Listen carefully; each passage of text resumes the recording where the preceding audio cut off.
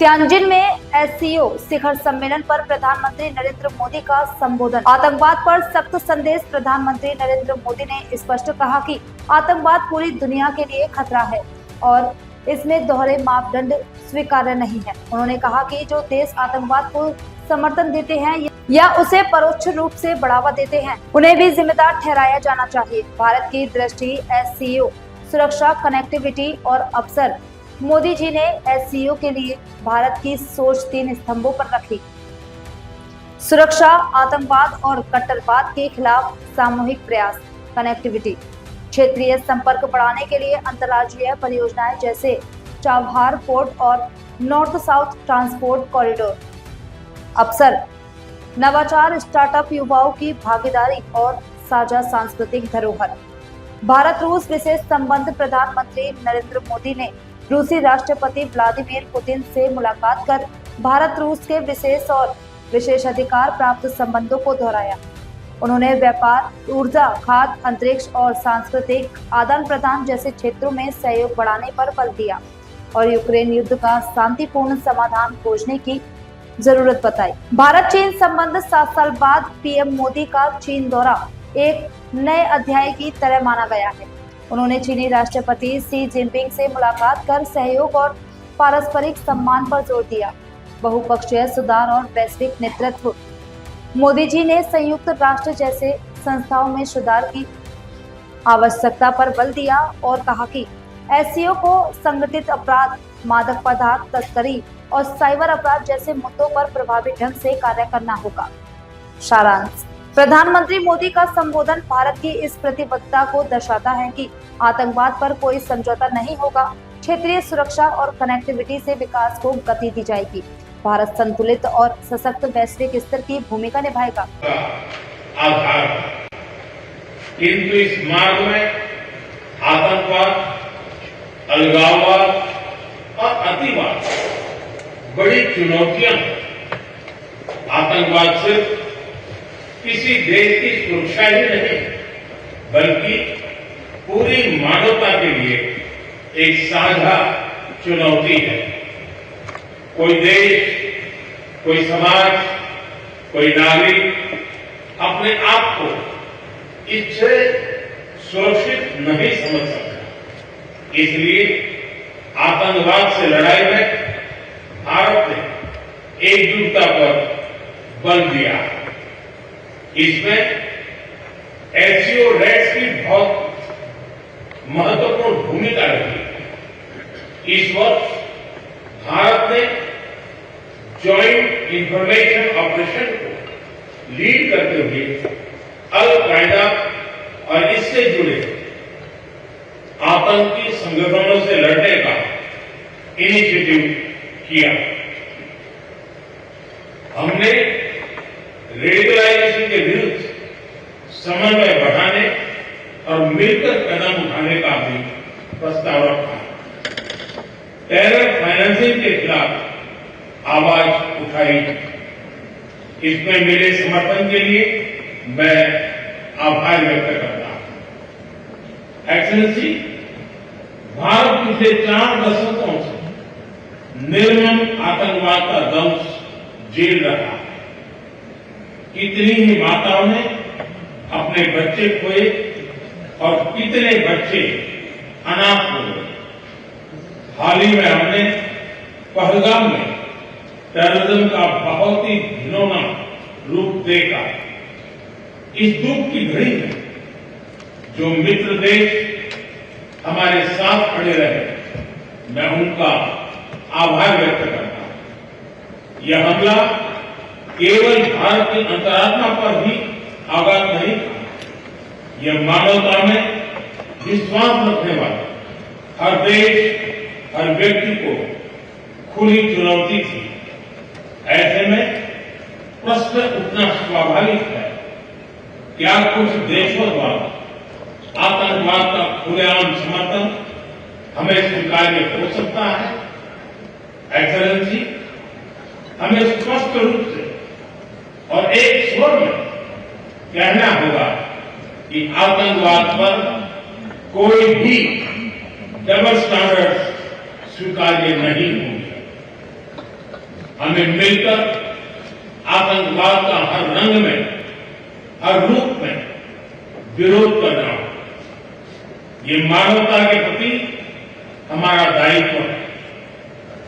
Excellency, अब मैं दूसरे स्तंभ सी यानी कनेक्टिविटी पर अपने विचार रखना चाहूंगा। भारत का हमेशा से मत रहा है कि मजबूत कनेक्टिविटी से केवल व्यापार ही नहीं बल्कि विश्वास और विकास के द्वार भी खुलते हैं।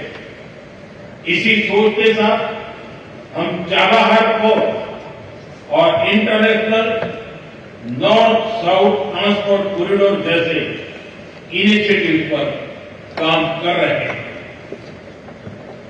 इनसे हम अफगानिस्तान और मध्य एशिया के साथ संपर्क बढ़ा सकते हैं। हमारा मानना है कि कनेक्टिविटी के हर प्रयास में संप्रभुता और क्षेत्रीय अखंडता का सम्मान होना चाहिए। यही एससीओ चार्टर के मूल सिद्धांतों में भी विदित है। Connectivity that bypasses sovereignty, losing trust and meaning. Excellency, तीसरा स्तंभ है ओ यानी opportunity. Opportunity for cooperation and reform.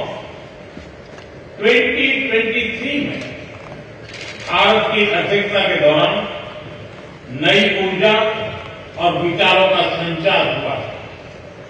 Startups और innovation, traditional medicine, youth empowerment, digital inclusion और शेयर्ड बुद्धिस्ट हेरिटेज जैसे नए विषयों को अपने सहयोग में जोड़ा। हमारा प्रयास था कि एससीओ को सरकारों के परे भी ले जाए। सामान्य मानवी, यंग साइंटिस्ट, स्कॉलर्स और स्टार्टअप को भी आपस में जोड़े। हमारे पीपल टू पीपल टाइम को दृढ़ता देने के लिए मैं आज एक और सुझाव रखना चाहूंगा। एससीओ के अंतर्गत एक सिविलाइजेशन डायलॉग फोरम बनाया है। इससे हम अपनी प्राचीन सभ्यताओं, कला, साहित्य और परंपराओं को वैश्विक मंच पर साझा कर सकते हैं। एक्सेलेंसी, आज भारत रिफॉर्म, परफॉर्म, ट्रांसफॉर्म के मूल मंत्र पर आगे बढ़ रहा है। कोविड हो या वैश्विक आर्थिक अस्थिरता, हमने हर चुनौती को अवसर में बदलने का प्रयास किया है। हम लगातार वाइड रेंजिंग रिफॉर्म पर काम कर रहे हैं। इसे देश में विकास के साथ साथ अंतर्राष्ट्रीय सहयोग के लिए भी नए अवसर खुल रहे हैं। मैं आप सभी को भारत की विकास यात्रा से जुड़ने के लिए आमंत्रित करता हूं। एक्सेलेंसी, यह खुशी की बात है कि एससीओ भी समय के अनुरूप इवॉल्व हो रहा है। ऑर्गेनाइज्ड क्राइम, ड्रग ट्रैफिकिंग और साइबर सिक्योरिटी जैसे समकालीन चुनौतियों से निपटने के लिए 4 नए केंद्र बनाए जा रहे हैं। हम इस रिफॉर्म ओरिएंटेड माइंडसेट का स्वागत करते हैं। वैश्विक संस्थानों में रिफॉर्म के लिए एससीओ सदस्य आपसी सहयोग बढ़ा सकते हैं। संयुक्त राष्ट्र की 80वीं वर्षगांठ के अवसर पर हम एकमत होकर यूएन रिफॉर्म का आह्वान कर सकते हैं।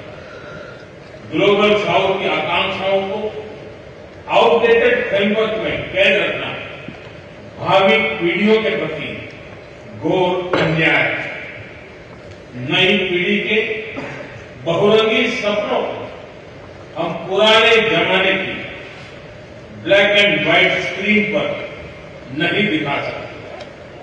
स्क्रीन बदलनी ही होगी। एचसीओ मल्टीलेटरलिज्म और इंक्लूसिव वर्ल्ड ऑर्डर का मार्गदर्शक बन सकता है। मुझे खुशी है कि इस महत्वपूर्ण विषय पर आज एक स्टेटमेंट जारी किया जा रहा है। एक्सेलेंसी, हम सभी पार्टनर्स के साथ समन्वय और सहयोग के साथ आगे बढ़ रहे हैं। मैं एचसीओ के अगले अध्यक्ष किर्गिस्तान के राष्ट्रपति और मेरे मित्र प्रेसिडेंट जपारोव को शुभकामनाएं देता हूं। बहुत बहुत धन्यवाद। अगर आपको ये वीडियो पसंद आई हो तो वीडियो को लाइक करें, चैनल को सब्सक्राइब करना ना भूलें और कमेंट में हमें अपनी राय जरूर दें। धन्यवाद।